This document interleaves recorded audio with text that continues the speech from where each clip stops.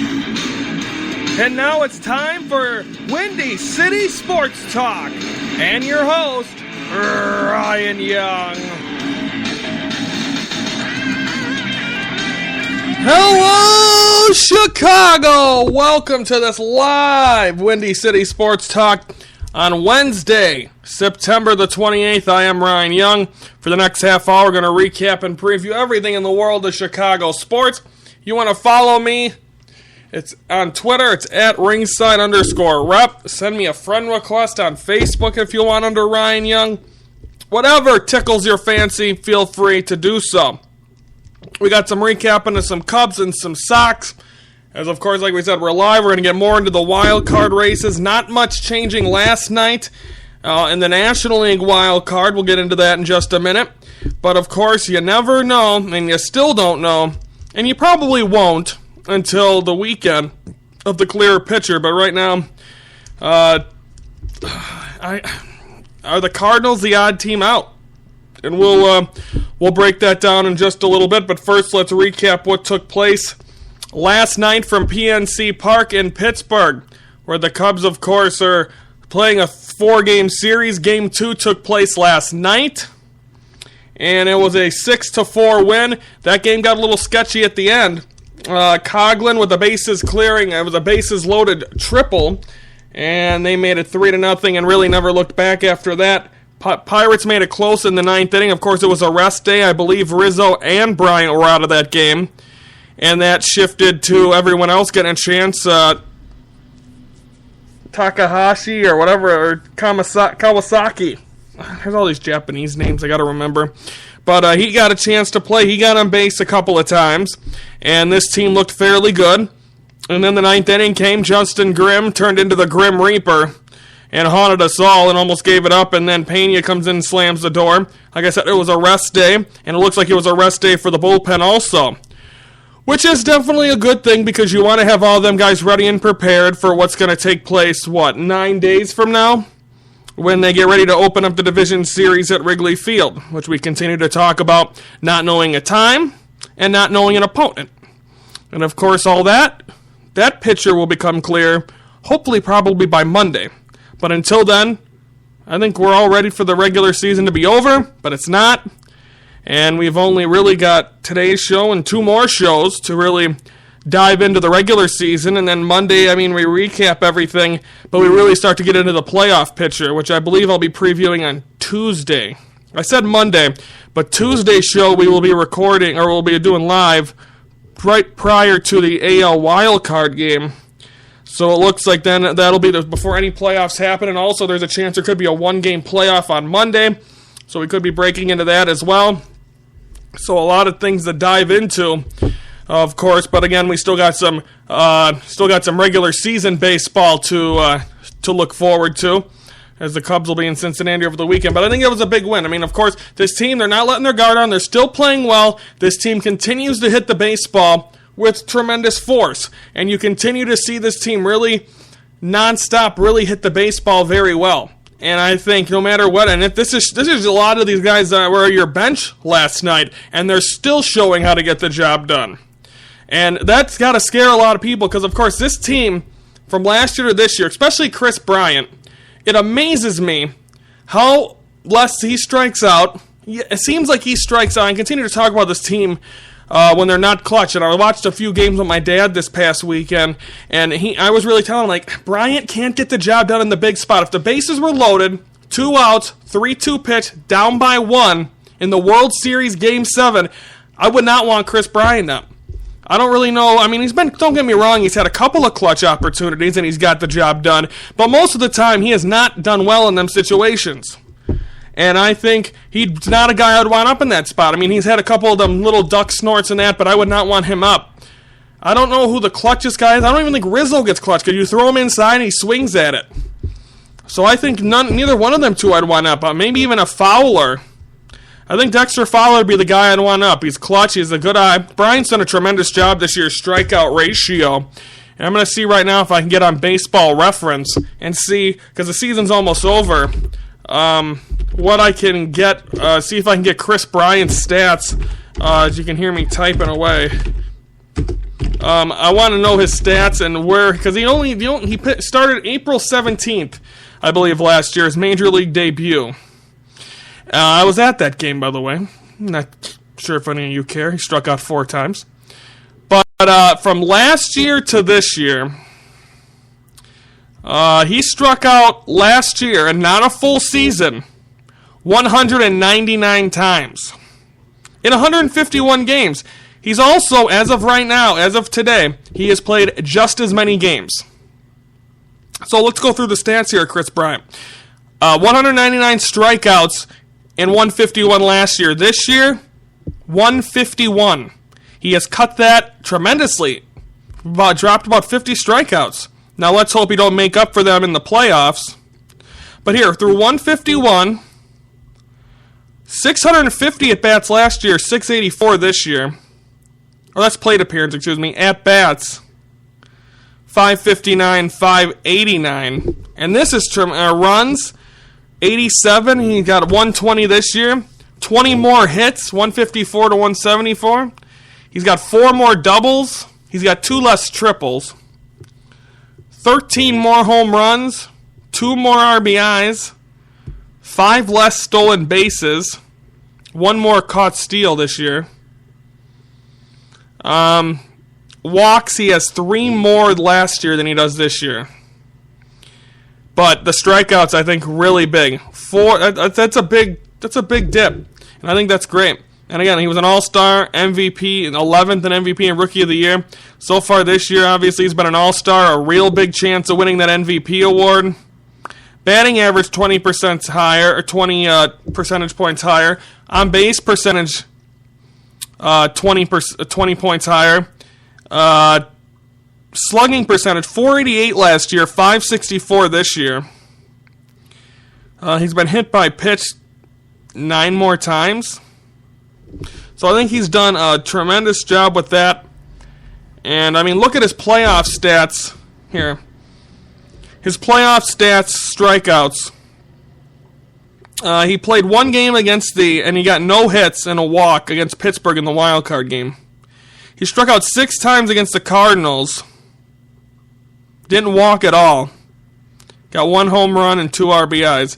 Then the series where they got outmatched, he struck out 5 times to the Mets. 2 walks. So, I mean, that's okay. But I think you're going to see a different Kris Bryant. You've seen a much more matured, patient Kris Bryant at the plate. And let's hope that continues. You'll want to be able to see that to continue. And if this team's going to win, he is. I can't say that he's not clutch, but it just seems like when he's at the plate in a big situation, he strikes out. You don't want to see that. You want to see this team to be able to shine and roll with the punches, and hopefully he'll be able to do that. And you want that. That's a vicious top of that order. When you got Fowler, Bryant, or excuse me, Fowler, Bryant, Rizzo, and then Zobrist, and then Addison Russell. Again, he wasn't in that series with the Mets last year. They didn't win a game. This team's going in healthy. Strop, he's getting there. So this team should be okay. Now it's just, can they not hit a wall? The Mets last year did very well until they hit that wall in the World Series. It was destined for the Royals last year. Is it destined for the Cubs this season? I don't know. I think you'll get that vibe as the division series goes on, because 2 out of 3 chance, really, of facing a team you faced in the playoffs last year, unless it's the San Francisco Giants, who of course got the whole, it's an even year, but that could easily come to an end. They're only, let's take a look at the wild card standings right now. For the National League, they have a 1-game lead over St. Louis. Giants they've played well against Colorado. They won 12-3 last night. They play again tonight against Colorado. Again, they will play the Dodgers this weekend, which could sneak the Cardinals in. They face the Pirates. So if the Cardinals can really, it could be, and if it's Cardinals versus Mets, you're guaranteed that. And of course, you got with the Giants, you got, like I said, if you're not knowing what I'm talking about, they've won the World Series in 2010, 12, and 14, missed the playoffs every other year in between. So, and it's 2016. So, is this the year they win another World Series? We'll have to wait and see. But Cubs win 6-4. Lackey pitched fairly well, and he's clutch. And he would probably go in Game 4. The second game, it'll be a week from Tuesday. The second game, which could be a clincher. Or, if things are going wrong, possibly a game where they could get eliminated. But do I really? I don't know. I have confidence, but it's just them pre-postseason nerves. Let's shift to the south side of town. Sox and Rays win Sox win Game 2. They've taken the first two of the series. They win at 13-6. Sale gets the win at 17-9. Cobb gets the win or loss at 1-2. Sale pitched very well. He was asked after the ball game, did he pitch well or will he pitch again this season? And his response was, I'm not sure. That's not for me to decide. And if he does, if you look at it there, and that's Game 2, there's 5 games remaining. He would pitch probably the final game next Sunday against the Twins in the regular season finale. Now, obviously, there's a chance that could happen. And is this will that be the last time Sox fans will be able to enjoy being able to see Chris Sale as a White Sox? And there's a chance that they could possibly get a chance to get some good prospects for him. A team that's say that there's a team in the playoffs this year that's a pitcher short, and that's the reason they don't go on in the playoffs. You don't think that there's going to be teams going after Chris Sale? Maybe even Jose Quintana, put both of them in a package, get some guys back. It'll be interesting to see how that turns out. But I think as of right now, I think give them that game on Sunday. The fans will give them an ovation because it could be the final time, and it might have that feel that'll be Chris Sale's final appearance as a member of the White Sox. And to pitch the final game under the U.S. Cellular Field banner as it goes to Guaranteed Rate Field starting next year. So, Sox get the win. They take 2 of the first 4. All night games for both Cubs and Sox this week, so that makes it harder for me because of course Friday shows are never live. So, I'll have to do Friday's show or Thursday night or tomorrow night usually. Let's take a look here at the American League wild card. Toronto now a 2-game lead, so they put a little bit of a cushion there in front of Baltimore. So it's looking like that wild card game less than a week away. It'll be next Tuesday against the Toronto Blue Jays. Or against the Baltimore Orioles as of right now, but Detroit won against Cleveland 12-0 last night. And they are now 1 game out of the wild card. They got another one tonight against Cleveland. Seattle still 2 games out. Houston 2.5. I think the Yankees, the Royals stayed afloat, but they're 5 games out. If the Tigers win tonight or the Royals lose, they're mathematically eliminated, which guarantees you a new wild card or a new World Series champion for 2016. I think the Royals will be back there next year. A lot of injuries for this team, and I think, like I said, they will bounce back in 2017. Yankees, they're not. I don't think they have them 2.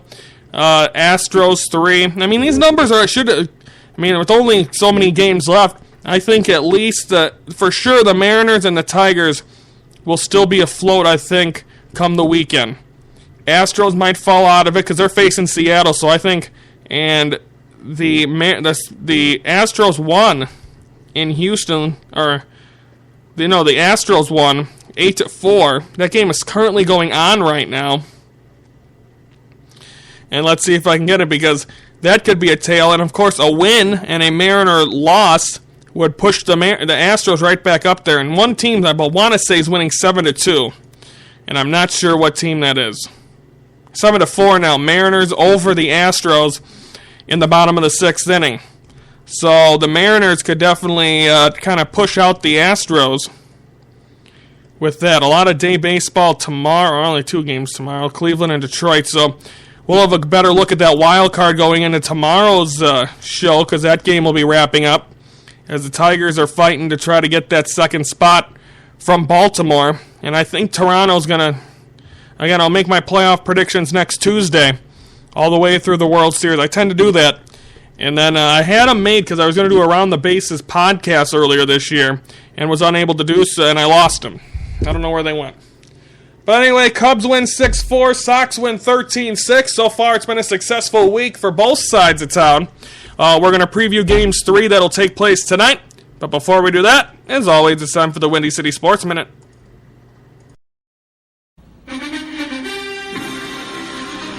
This is your Windy City Sports Minute for Wednesday, September the 28th. Well, the Cubs were able to win Game 2 in Pittsburgh barely, as the Pirates score a bunch in the bottom half of the ninth inning, but the Cubs hold on, win at 6-4 over the Buccos, take the first two. Sox barrel over the Tampa Bay Rays. Rays score a couple in the ninth inning, but Sox win at 13-6 over the Rays. They have taken the first two of that four-game series. Game 3 is tonight. Cubs Pirates, 6 p.m. Comcast Sportsnet. Arrieta at 18-7. Talion at 4-4 with a 349. On the other side of town, Sox and the Rays. Game 3, 7 p.m. Central. WGN. Tony Snell, 6-8, 365 for the Rays. Miguel Gonzalez, 4-8 with a 398 for the Sox. Today is the public memorial service for Marlins pitcher Jose Fernandez. That is your Windy City Sports Minute. Now back to Windy City Sports Talk. Welcome back here to Windy City Sports Talk. That was the Windy City Sports Minute. We'll be previewing all the stuff in a minute. Of course, some more news on the Jose Fernandez front. Right before we went on, I was watching the live feed of the public memorial for him, and they did the with the hearse, and they drive all around Miami. And then right before I went on, they had the pallbearers bring the casket into the church. So they're doing that. I believe there was a great thing earlier. I didn't get a chance to see that when the Marlins all walked around the hearse, and I believe that was around Marlins Park. They did a public today. I believe the team does their thing tomorrow, and I want to say they're off. And after the game, they'll head off to D.C., but they'll get to say their goodbye with the coaches and the players and all that. That's tomorrow. And what a job by, I forgot it, Elzamas, I can't say his first name, Diaz, of the St. Louis Cardinals. Good friends with Jose Fernandez. Went down to Miami Monday, got excused from the team, hit a grand slam yesterday. That's his first career grand slam. I tell you, it just seems like someone's shining a light on these guys. That's amazing. And, of course, a lot have come out also of the text messages between a friend and one of the friends on the boat. They about 1 in the morning, or they were saying that you shouldn't go on there. No one should be going on that boat. And apparently everyone in Miami, and you should know, that the waters are definitely with the waves, and it's very dangerous that night or at night. And and also it rained earlier in the day.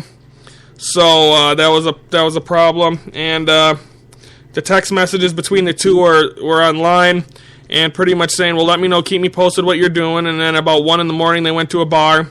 The guy that was texting the guy in the boat fell asleep. He had to get up early the next morning, and then didn't get a chance to check his phone right away. And then he found out Sunday morning that they died. He was hoping it was a bad dream. He calls them. No response, and that's where it's at right now. Again, it seems like he was at a bar about 1 in the morning, and of course it happened about 2:30, so after a fight with his girlfriend. So again, you get more into the story part now that the mourning process is definitely hard, I'm sure, for all them. The mother and the grandma were there front and center today. All the pallbearers were wearing Fernandez jerseys, which is great. And it's definitely, like I said, it's still a sad story. Hard to get out of my mind. But like I said, every day it seems like there's something new with this. And I'm sure the nucleus of this story, you got to think will break within the next couple of weeks. Because I'm sure they did they have the body already. So I'm sure they did the toxicology report. And I'm sure we'll get more details as the weeks progress. On positive news, on funnier news, I guess you can say, there was a proposal at Yankee Stadium last night. The man, it's been all over. And he gets ready to propose, opens the box with the ring in it, and the ring falls out and onto the ground, and he looks at the camera and goes, I dropped the ring. And all of a sudden you see the whole section, and I believe he's in the second row. That and both sections both rows continue to just be looking for it, and they finally found it, did the proposal, and congratulations to them. But never. Usually a lot of people complain about that, saying, "Oh, I would do it. I was planning on doing it with my last girlfriend." It's just something. I think it's something about it that's romantic, but if you find different ways, and I know that wasn't planned, but that was a different way. Can't really say it's not. But, so there were some stories going on. Okay, now it's time to preview Cubs-Pirates tonight, 6 p.m., Comcast Sportsnet. Jake Arrieta at 18-7 with a 255 against Talion at 4-4 with a 349. I'm not sure. I have not received, but being 6 o'clock games, there is a chance that the lineups are in. Let's see here if I got anything from MLB.com. Usually every time I go off the air is when the Cubs lineup comes in. Cubs lineup has come in. Here's your lineup for today. Leading off, playing center field, Dexter Fowler. Batting second, third baseman, Chris Bryant. Batting third, first baseman, Anthony Rizzo. Batting fourth, second baseman, Ben Zobrist. Batting fifth, right fielder, Jason Hayward. Batting sixth, shortstop, Addison Russell. Batting seventh, left fielder, Chris Coghlan. Batting eighth, catcher, Miguel Montero. And batting ninth, pitcher, Jake Arrieta. Pirate lineup not out yet. Let's see. Versus Talion. Baez is batting 1,000. He has a home run against him. Chris Bryant batting 500 with a home run against him. Rizzo has a home run against him. So we'll see if that kind of stuff will continue, and they'll try to win two of the first three. Tomorrow's game will be a bullpen game for the Cubs, so let's hope Arrieta can go pretty deep and try to continue this role. The Cubs, of course, 101 wins for the first time since 1909, and I'm sure they're going to get near that 100 mark every year. They had some long winning streaks this year. It's hard to do, but it's exciting, and hopefully they'll be able to just tell me to shut up and worry about this season. And as right now, 101 wins. I think, what do they have left? 5 games, 2 more here, 3 in Cincinnati. They have a chance to get to 105, win 3 or 4 here, and then win 2, or no, they'd have to win 4 or 5 if they want to do that, if they want to get to 105. So we'll see what'll happen. They played very well in Cincinnati. You gotta think that there's really is nothing to play for anymore in that Cincinnati, but what's 5 days off, why not keep them playing? But you don't want to risk a serious injury going into the playoffs. So maybe you do rest them a little bit.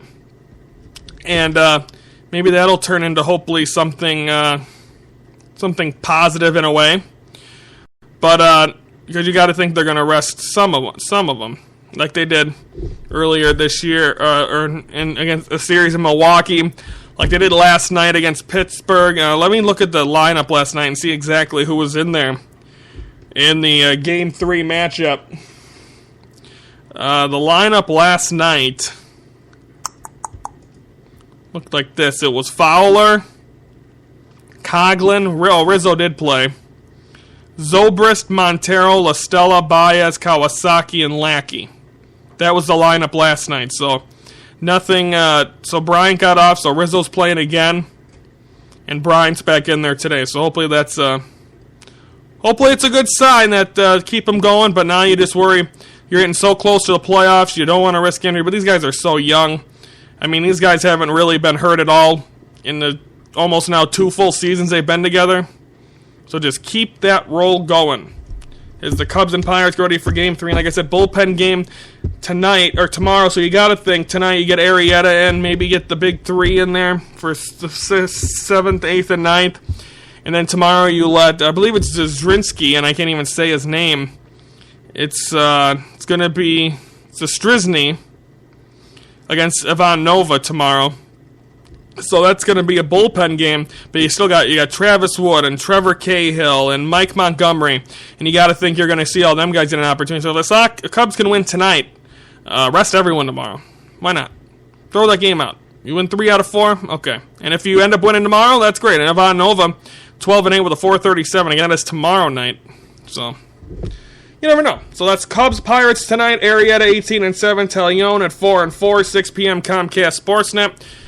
And then we go to the south side of town. Sox have won the first two of this 4-game series with the Rays. It'll be Tony Snell at 6-8 with a 3.65 against Miguel Gonzalez 4-8 with a 3.98. That'll be a 7 p.m. start on WGN.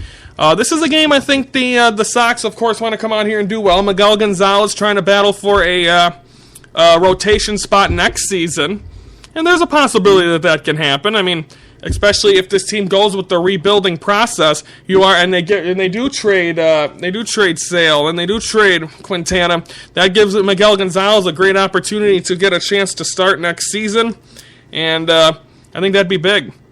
So we'll see what'll happen, but I think tonight's game, let Gonzalez come out and do a good command. I mean, like I said, if he can throw some shutout innings, make that, which I believe he would get if he pitches tonight. He should get the, I believe this would be his last start.